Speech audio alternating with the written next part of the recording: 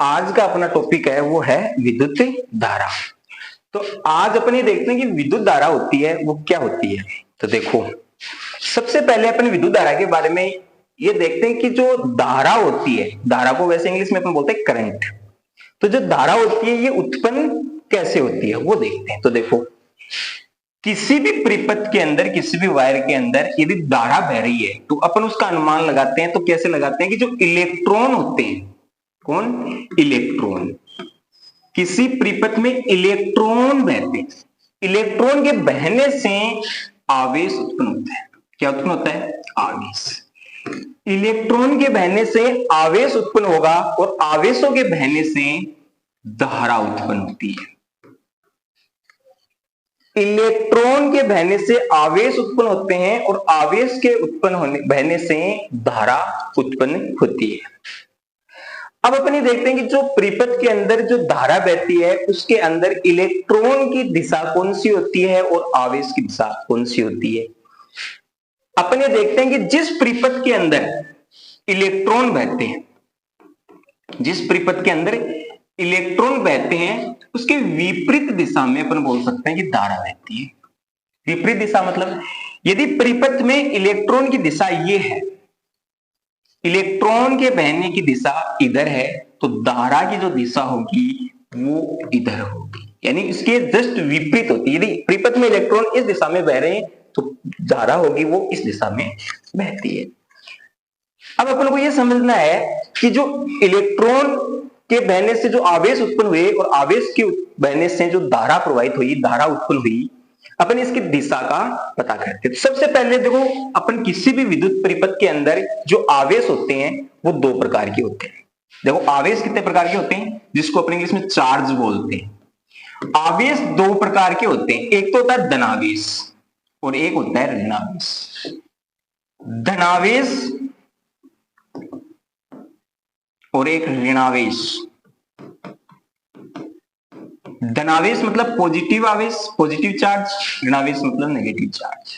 ये दो प्रकार के आवेश होते हैं। और जो धारा का जो प्रवाह होता है वो इन्हीं चार्ज की तरफ से होता है कि पॉजिटिव से चलता है और नेगेटिव की तरफ जाता है। यदि किसी भी परिपथ के अंदर, यदि मान लो कि ये वायर है और इस वायर के अंदर ये इसका पॉजिटिव चार्ज है और ये इसका नेगेटिव चार्ज है, दो चार्ज है, दो आवेश है, प्लस और माइनस। अब इसके अंदर धारा की जो प्रवाह अपन को देखना है कि धारा की जो दिशा है वो किधर है। तो धारा की दिशा देखने के लिए अपन को यह देखना है कि पॉजिटिव सिरा कौन सा है और उसका नेगेटिव सिरा कौन सा है। तो पॉजिटिव सिरा ये है और नेगेटिव सिरा ये है, तो जो धारा की दिशा होगी वो पॉजिटिव से नेगेटिव की ओर होगी। इतना देखने के बाद अपन देखो आगे देखते हैं।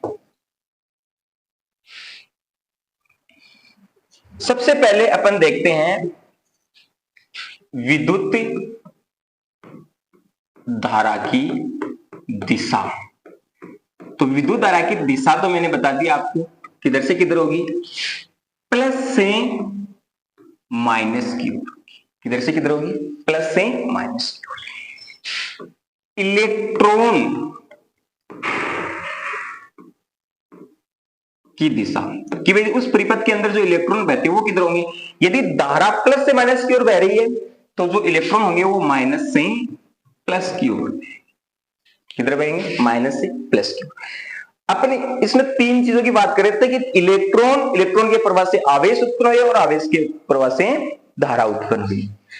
तो आवेश ये हो गए अपने पॉजिटिव और नेगेटिव, ये आवेश है, ये धारा की दिशा है, ये इलेक्ट्रॉन की दिशा है। एक चीज इसमें ये बोलते हैं कि धारा के विपरीत दिशा में, धारा के विपरीत दिशा में, धारा के विपरीत दिशा में इलेक्ट्रॉन का प्रवाह होता है। धारा के विपरीत दिशा में किसका प्रवाह होता है, इलेक्ट्रॉन का प्रवाह। अब अपन कहते हैं कि कहीं पर भी देखें तो इलेक्ट्रॉन पर जो आवेश होता है वो एक फिक्स होता है। जो इलेक्ट्रॉन का आवेश होता है वो क्या होता है, फिक्स होता है। तो इलेक्ट्रॉन पर जो आवेश होता है वो होता है 1.6 गुणा 10 की घात माइनस 19 कूलाम। क्या होता है, कूलाम। बात करें यहां पर कूलाम की, तो जो ये कूलाम है, ये कूलाम है आवेश। आवेश को अपन किससे लिखते हैं? आवेश का जो मात्रक होता है वो क्या होता है? कूलाम। ये आवेश का ऐसा ही मात्रक है। कौन सा मात्रक है? यह है मात्रक आवेश का, कूलाम। और कूलाम को अपन सी से लिखें। आवेश का मात्रक क्या है? कूलाम। इसको सी से लिखा जाता है। और इस पर जो ये आवेश होता है इलेक्ट्रॉन पर, वो एक फिक्स आवेश होता है। इलेक्ट्रॉन का आवेश 1.6 × 10⁻⁻19 कूलाम ये आवेश होता है। तो अपने बात की कि धारा की दिशा हमको पता होनी चाहिए, इलेक्ट्रॉन की दिशा हमें पता होनी चाहिए, इलेक्ट्रॉन पर कितना आवेश है वो हमें पता होना चाहिए, और आवेश का जो मात्रक होता है वो कूलाम होता है, वो हमें पता होना चाहिए। अब देखते हैं अपन धारा, विद्युत धारा देखते हैं। तो देखो अपन देखते हैं सबसे पहले विद्युत धारा। विद्युत धारा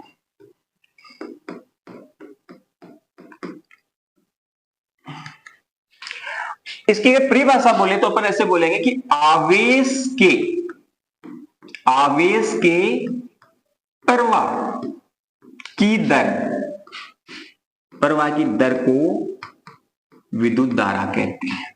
आवेश के प्रवाह की दर को विद्युत धारा कहते हैं। आवेश के प्रवाह की दर को क्या कहा जाता है?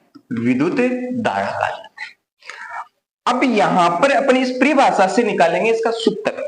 परिभाषा से इसका धारा का सूत्र आ जाएगा। देखो यहां पर जो आवेश है वो हो गया Q, कूलाम, और जिसका मात्रक क्या होता है? कूलाम। आवेश का जो मात्रक होता है वो क्या होता है? कूलाम। Q से इसको लिखा जाता है। यहां पर जो दर है ये बताती है समय को। किसको बताती है? समय को। और समय को अपन T से लिखते हैं। किससे लिखते हैं? T से। और जो इसका मात्रक होता है ये है कूलाम, इसका मात्रक क्या है? मात्रक। और जो समय है इसका जो मात्रक होगा वो क्या होगा? समय के कई मात्रक होते हैं, सेकंड, मिनट, घंटा, सप्ताह, दिन, महीना, वर्ष, ये सब समय के मात्रक है। लेकिन अपन को यहाँ पर जो मात्रक काम में लेना है वो सबसे छोटा मात्रक काम में लेना है। कौन सा मात्रक लेना है? सबसे छोटा मात्रक। और समय का सबसे छोटा मात्रक होता है सेकंड। क्या होता है? सेकंड। समय का सबसे छोटा मात्रक सेकंड होता है, जिसको अपन ऐसे लिखते हैं, कूलाम को अपन सी से लिखते हैं। ये इसके मात्रक। और यहां पर जो ये विद्युत धारा है, धारा को लिखा जाता है आइस। कैसे लिखा जाता है? आइस। अपन को ये ज्ञात करनी है। तो यहां पर अपन धारा का सूत्र ज्ञात करें। धारा का सूत्र, तो यहां से जब धारा का सूत्र अपन लिखेंगे तो कैसे लिखेंगे कि अपनी परिभाषा में इसका सूत्र है कि आवेश के प्रवाह की दर को विद्युत धारा कहते हैं। तो कहने का मतलब है कि जितने आवेश में कितने, यानी जितने समय में जितने आवेश प्रवाहित होंगे वो इसकी धारा हो जाएगी। तो बहने वाले आवेश, तो आवेश बटा समय, ये हो जाएगा आपके पास धारा का सूत्र।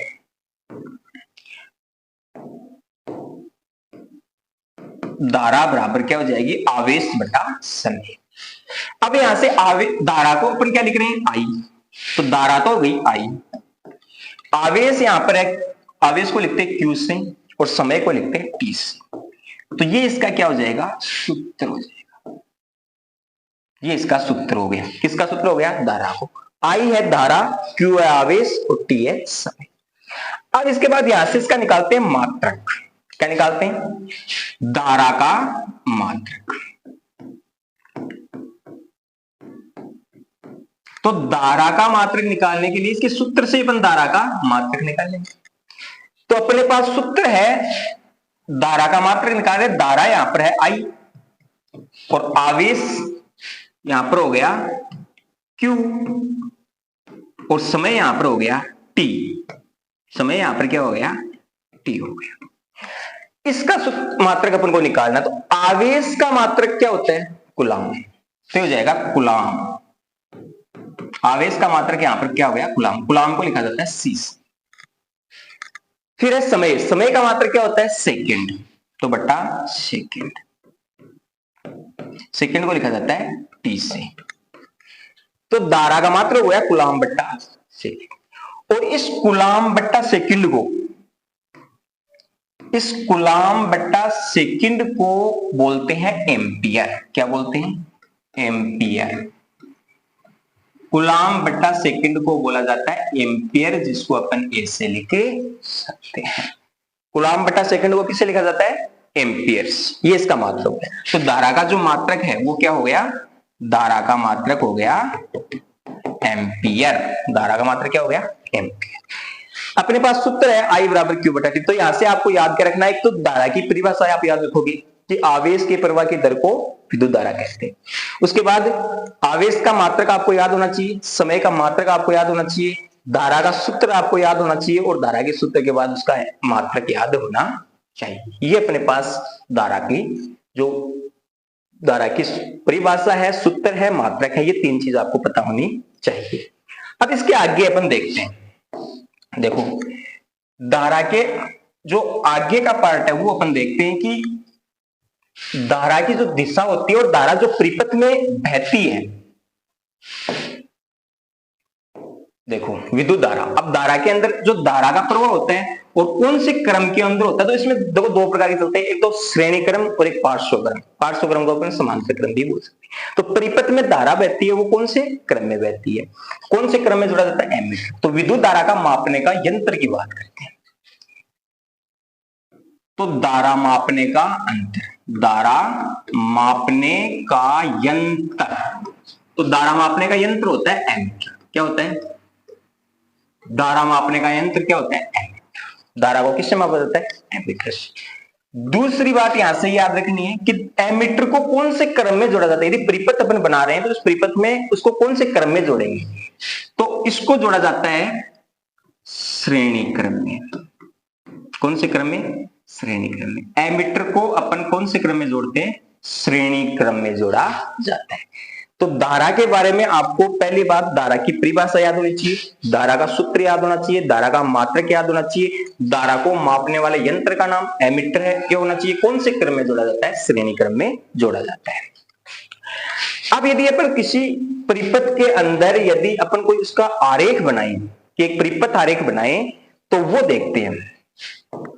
परिपथ आरेख, धारा का परिपथ आरेख जो बनाते हैं अपने, देखो परिपथ आरेख बनाने के लिए अपन यहां पर कोई एक बल्ब जोड़ दिया। क्या जोड़ दिया? बल्ब। ये अपने पास एक बल्ब है। यहां पर अपन बोलते हैं कि श्रेणी क्रम के अंदर किसको जोड़ते हैं? एमीटर को। एमीटर जोड़ दिया। अपन एक कुंजी लगा दी और एक बैटरी लगा दी। क्या लगा दी? एक बैटरी लगा दी।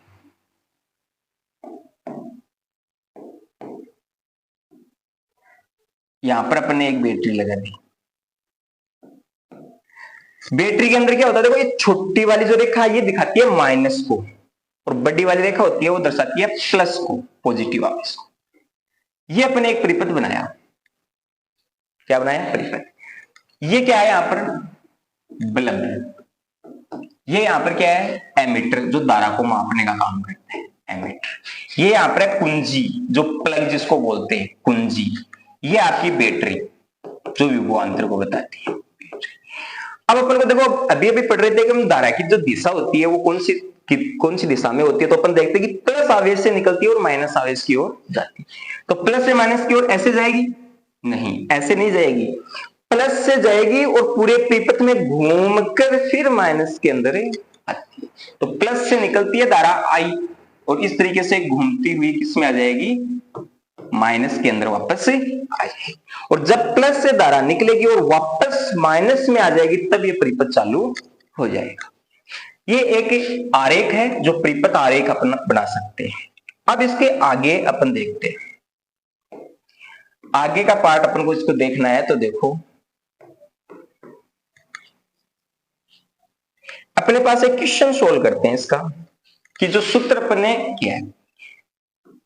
मान लो कि एक क्वेश्चन लेते हैं कि किसी परिपथ में विद्युत परिपथ बोल सकते हैं अपन, तो देख लेना कि किसी विद्युत परिपथ में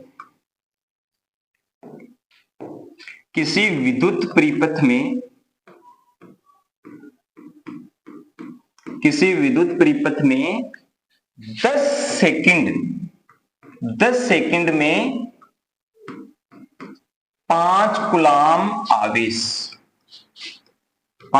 आवेश का प्रवाह होता है।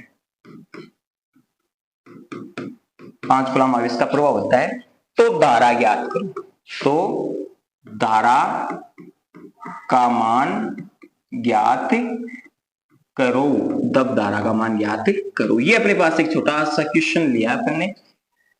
अब अपन को इसमें क्वेश्चन सोल्व करने के लिए, कोई भी आप क्वेश्चन सोल्व करते हो, कोई भी क्वेश्चन सोल्व करते हो, तो आपको सबसे पहले एक ही चीज ध्यान रखनी है, यही क्वेश्चन नहीं, कोई भी यदि न्यूमेरिकल वाला क्वेश्चन सोल्व करते हो तो उसमें आपको पहली बात यही ध्यान रखनी है कि इस क्वेश्चन के अंदर क्या दे रखा है और क्या हमें पूछा है, ये पता होना चाहिए, उसके बाद गलती नहीं होगी।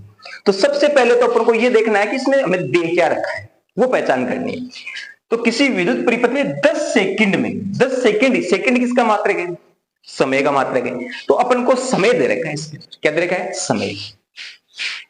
तो समय को अपन टी से लिखते, तो टी ए दे रखा है अपन को 10 सेकंड। कितना सेकंड दे रखा है, 10 सेकंड। समय दे रखा है अपन को 10 सेकंड। उसके बाद 5 कूलम आवेश का प्रवाह, कूलम आवेश का मात्रक होता है, तो 5 कूलम आवेश दे रखा है, तो इसका मतलब है कि इसमें अपन को Q दे रखा है कितना, 5 कूलम।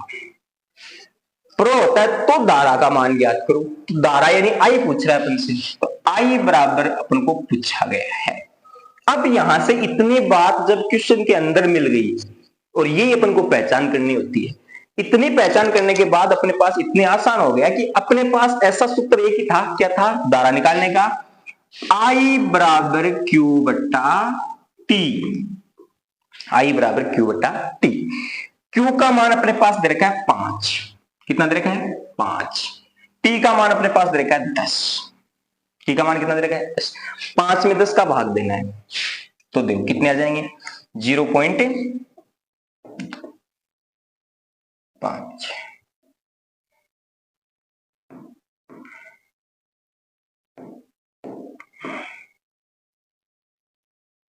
जीरो पॉइंट 5 आ जाएंगे,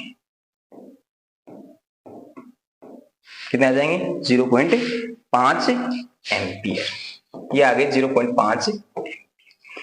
ये अपने पास एक धारा का पॉइंट हो गया। अगला क्वेश्चन अपन इससे एक सोल्व और कर सकते हैं कि जैसे मान लो कि ये तो इसमें तो अपन को आवेश और कूलम, जो आवेश और समय देकर अपन को धारा पूछी तो अपने बता दिया, लेकिन मान लो कि आवेश पूछ ले, क्या देकर, धारा का मान देकर और समय का मान देकर, तो इसी सूत्र से निकालेंगे। कैसे, आई बराबर क्यू बट्टा टी, ये तो अपने पास सूत्र है आई निकालने का। अगर क्यू पूछ रहा है, आई और टी दे रखा, तो अपन क्यू को इधर ले आएंगे, तो क्यू बराबर क्या बन जाएगा, आई टी। और यदि टी पूछ रहा है तो टी को इधर ले जाएंगे, तो क्या बन जाएगा, क्यू बट्टा आई। ये तीनों चीज अगर अपन से पूछे तो इसी सूत्र से अपन निकाल सकते हैं। तो इस तरीके से अपन धारा का जो पार्ट है वो कर सकते हैं। 4 बातों का ध्यान रखना है। धारा की परिभाषा हमें पता होनी चाहिए, धारा का मात्रक पता होना चाहिए, धारा का सूत्र पता होना चाहिए, धारा की दिशा हमें पता होनी चाहिए, क्वेश्चन सोल्व करने आने चाहिए, धारा को कौन से यंत्र के द्वारा मापा जाता है, एमीटर है वो हमें पता होना चाहिए, कौन से क्रम में उसको जोड़ा जाता है, तो श्रेणी क्रम में उसको जोड़ा जाता है, ये हमें पता होना चाहिए। ये धारा का पार्ट कंप्लीट है।